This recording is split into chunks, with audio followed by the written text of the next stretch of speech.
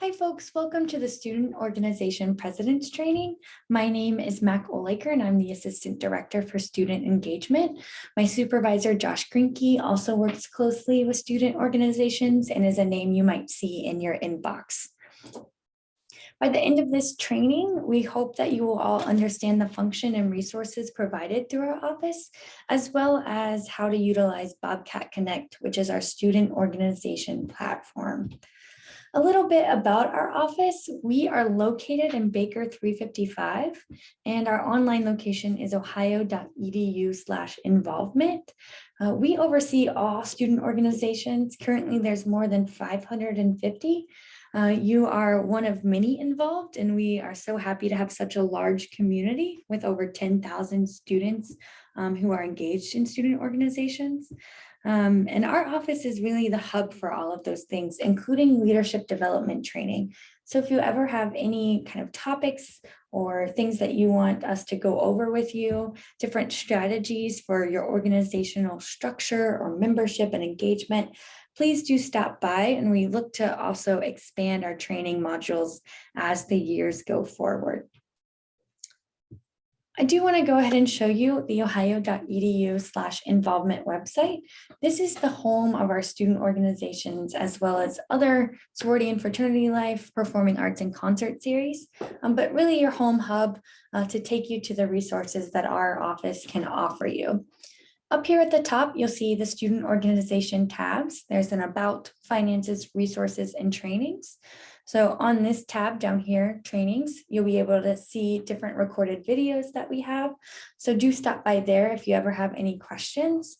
I do want to click into our resources tab.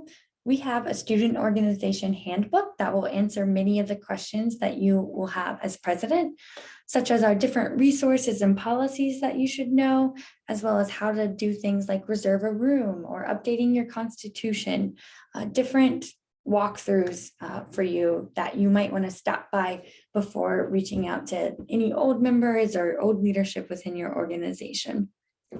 We also have the treasurer's manual that you can direct your treasurer to if they have any questions. Also, if you click this about, it's going to take you to our About Student Organizations landing page, but it also is linked to Bobcat Connect. So Bobcat Connect is where you'll really be spending a lot of your time as president virtually. This is our student organization platform. Many of you may be familiar as you had to re-register your student org to be active, and that includes updating your roster, which should have you included as president. Before I dive into all the different functionalities of Bobcat Connect, I want to point out a few different things on the home page. So it looks a little bit different for everyone. We announce important announcements up here at the top. So oftentimes there'll be 3 or 4 of these alerts updating student organizations on things that they might want to know, including how to find your account number, upcoming homecoming parade submission forms. All of these different things are posted as alerts. You have your memberships here, so any organization that you're involved with and on the roster, you should have listed under memberships. Upcoming events that are registered by student organizations through Bobcat Connect show up here, and also any sort of news articles that you all post. I want to point out over here on the side, on the right-hand side, our campus links. So this takes you back to our ohio.edu website. You can also visit these different centers that work closely with student organizations. You can look at your student organization finances through Oracle, a dues payment site. So if you pay your dues online as a student organization, you can do that through this site. And you can also book an appointment with CIC staff. So it will take you to this page. You can select the different types of services you may be looking for and a time with one of our staff members. So that is a great way to connect with us in person. Back to the top. So in any of your organizations, you can click into this and it will take you to your home page. I'm going to show one that's more populated as my example today. University. So here is the University Program Council, UPC's page. You can see there's a description, their meeting day, time, location, and also this 4-digit account number. So we get a ton of questions via email about account numbers. You can always find it on your home page right here. Also on an organization's homepage, you'll be able to see all of their upcoming events that are registered within the system, officers, different documents such as the Constitution and bylaws. For you all, you're going to kind of live in this Manage Organization tab. So if you click into that, you'll get this page that looks a little bit blank, but up here in the left-hand corner is this toolbar. Once you click it, you'll see all the different tools to be able to update your organization's page. I'm going to go ahead and click into roster. This is where you can change and update all of your positions and your member roster on Bobcat Connect. It's also important to make sure that the primary contact is up to date. We often in our involvement center send our messages only to the primary contact for updates and alerts related to student organizations so they can disseminate it to their student org members. So do make sure that that's up to date. You can edit with the pencil function up here and change the primary contact if needed. Down here, you'll see all of your current members. So this roster here, you can update an organization position by creating or clicking the small pencil button on the right-hand side. This person is listed as a member and also the event's vice chair. If you wanted to change that, say you had a transition in officer leadership, you could unclick that and they would just be listed as a member on your roster. Once you do that, you can save it. I'm not going to save, so I don't want to mess up their roster. So you can see all of these different positions that are listed. Some of you may be wondering how they got these specific, unique university events vice chair, those types of positions. You can manage your positions by going up here, click manage position, and add a new one. Our standard templates that every organization has to have are an advisor, a president, a vice president, and a treasurer. If you have additional positions though, as this organization does, that's where you can add them here. You can also edit their features by clicking into them. So as you can see, the communications director within this organization has limited access to all the different functionality and editing pieces on the back end. And you can set those permissions down here. Once you're done, go ahead and click save. I'm going to click cancel in this case. But that's how you can add positions and look at their different functionalities. You can also look at pending memberships. So if somebody has come to your organization page and asked to join the roster, you would see that show up here. Perspective is similar. You can also invite people in this top right-hand corner. So if you click invite people, say you got a lot of different addresses, email addresses at the involvement fair, you can type in those different addresses and invite them to your organization. You can invite them as member. Say your secretary for some reason isn't invited to your page. You could invite them as secretary, send them an invitation, and they would receive that via email. They would then have to go into their email and accept the invitation to be joined to your roster. If for some reason you want to export your roster to an Excel sheet, you can do that right here. And you can also, this is a unique feature that I think is often underutilized. You can always message your entire roster through this messaging function in Bobcat Connect. So you can choose who it goes to. An easy way if you want to send it to everyone is to click member, as all people on your roster are considered members. That's it for the roster feature. Please do play around in that. We get a ton of questions about that. And I think it's a great way to manage your organization and track members. The next function is the about function. So you can jump in here and change anything about your details, upload a profile picture, and make sure that your contact information, meeting day and time is up to date on your home page. This is really great to keep up to date for prospective members.